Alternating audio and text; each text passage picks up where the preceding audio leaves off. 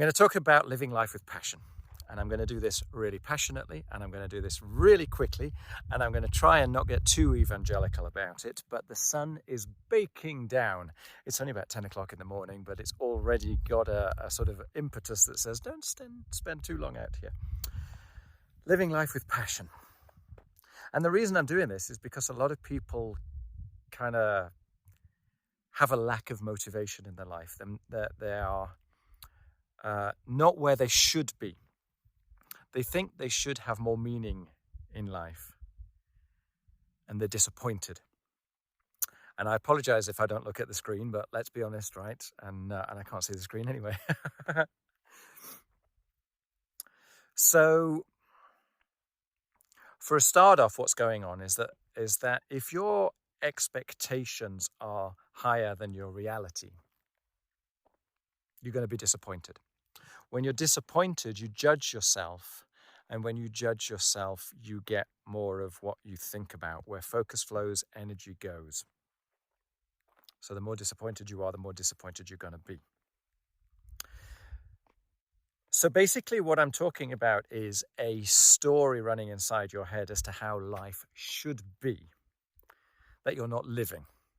And because you're not living it, life seems disappointing. And you wonder what's missing. Where have you gone wrong? What decisions did you make? And it's possible actually to start going down the rabbit warren of what I could have done in my past and how my future looks kind of hopeless as a result. So, living life with passion is, to me at least, all about giving up on that story. Giving yourself the freedom to just be, giving yourself the freedom to disappoint yourself, giving yourself the freedom to disappoint other people, to not go where mum and dad expected you to go, to not go where the most influential person in your life saw you going, and to accept, perhaps, that you don't know. That you don't know. What happens when you accept that you don't know? You open yourself up to everything else. Okay? When we think we know, we trap ourselves inside that box of our perceived reality. We limit ourselves. We forget what it was like when we were a child to play. We define ourselves through what we think we are. We expect to play that role for others so that they can see that we are what we think we are, and so that they can see that we are consistent with how we were yesterday. And so we play a role. And the more we play this role and the further away it is from our joyful, playful self, the more we feel like we're missing something in our life. It's like a sort of a psychic void. I hate to bang on about authenticity, but when you find that authenticity, you feel limitless in potential. And that doesn't mean to say that you suddenly feel as though you can shoot yourself up to the moon, but you feel as though you're much more than you thought you were. When you feel as though you're much more than you thought you were, life becomes a game again. It becomes fun again. You don't know who you're going to meet, who you're going to see, who you're going to talk to, how life is going to pan out. It becomes an exciting adventure again. Because you're not boxing yourself in with how you should portray yourself and how you should label your own inner thoughts. You're throwing away the real rule book. And I say this from, personal experience.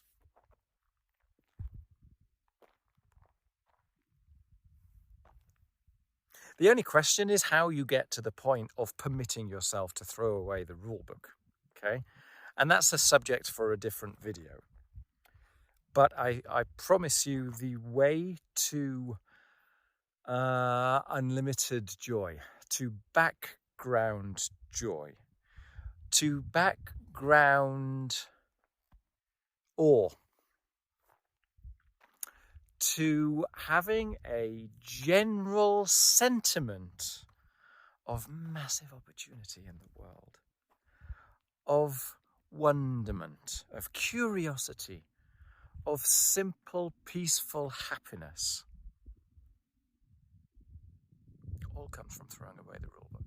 All comes from giving yourself the flexibility to not be that which you think you were. I talk a lot about where these stories come from in other videos, so I'm not going to go into that. But the moment that you open yourself up to the alternative and take action, which means doing things that are not necessarily you, and seeing the results of that, and feeling the results of that, and seeing how everything else in the world reacts to that, and doing things which are not quite you, and seeing that you survive when you do that, and seeing that unexpected things occur when you do that, and getting a taste for that experimental side of you. Then you've got your motivation, then you've got your joy, then you've got your goals again. Because, you know, I hate to talk about cliches, but that's where you find the joy in the journey rather than in the end result of the goal, okay? It's kind of unfulfilling to be a goal seeker, because once you get to the goal, frequently it turns out to be a bit of an anticlimax. Whereas what unfurled in order to get there is where you learn. It's where the juice in life comes from. It's where the richness of experience unfolds.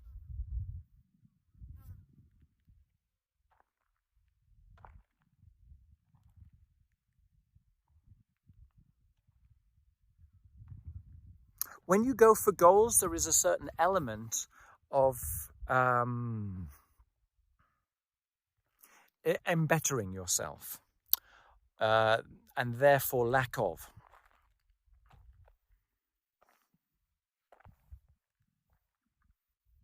When you permit yourself to have, it sounds ridiculous, but let's go with unlimited potential. You see the world with wide open eyes, okay, with an expanded perception. You see other people with an expanded perception. You see them for what they are, and you're okay with that. You no longer need to control what other people think of you, what they're thinking about themselves. You can just allow what is to be and to experience that and to be thankful for it and to see more of it.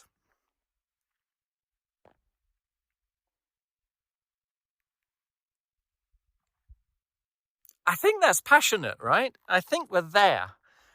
I did this because I saw this, right? This is not an accident. I chose to come out here. But I did it not having a clue if I would be able to drive out on this road and not minding, okay? Knowing that there was a place even more extraordinary further on that I need a better car for, that I don't have, and so I'm not going to do it. And being all right with that. It's not a disappointment, because everything is an adventure. Everything is a gift. You know, you can go down the route of, this could be my final day. I don't know. Life is full of so many things. If I live every day as if today is my final day, well then, wow, wouldn't that make life motivating? There are so many ways to go about it. But ultimately, for me at least, the best one is to throw away the story altogether. To decide that you don't know what you are, that's okay, that you don't know what the world is, and that's okay, that you don't know what other people are or what they're going to do or what they're going to think, and that's okay. And hallelujah for that. Hallelujah for the colour of the sky. You know, I've got the sun behind me, now I've got the moon behind me. And how did that occur? Curiosity. engagement with what is, rather than what was or what could be, just sucking the juice out of what is right now, feeling the warmth of the sun on my skin, noticing the full range of your emotions, noticing the sensations inside of you, and laughing about the thoughts that you label. Yeah? The whole thing's a game. None of us have a clue. Well, I don't know, but certainly I don't have a clue. Okay? Shrink yourself down to the point where you can laugh at yourself, laugh at the world, and enjoy it. Enjoy it for what it is, not for what it should be, not for what it could be, not for what it ought to have been, but what it is.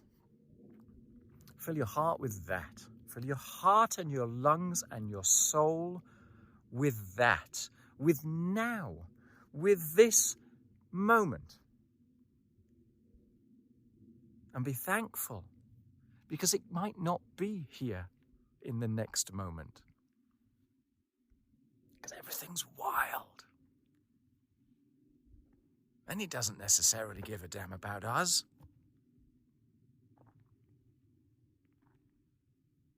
So I can be so grateful for what I've got. Yeah? I think that'll do. Beautiful, beautiful place. And I'm in the middle of nowhere. Absolutely the middle of nowhere. And depending upon my perspective, that could be an amazing thing, or that could be a really scary thing. That could be a disappointing thing.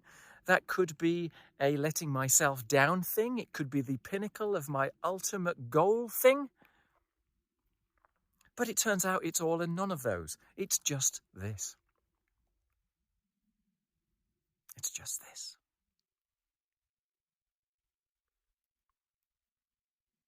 God bless, whatever that means to you.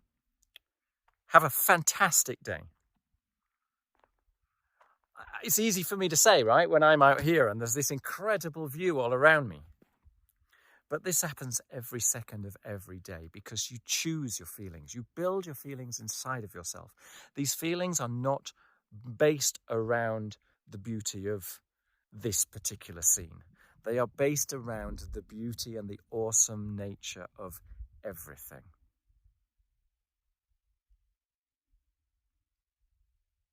I hope that fills you with a sense of something, in the full knowledge that you should not be handing over your ability to feel those sensations to what I'm saying, okay, or to what anybody's saying.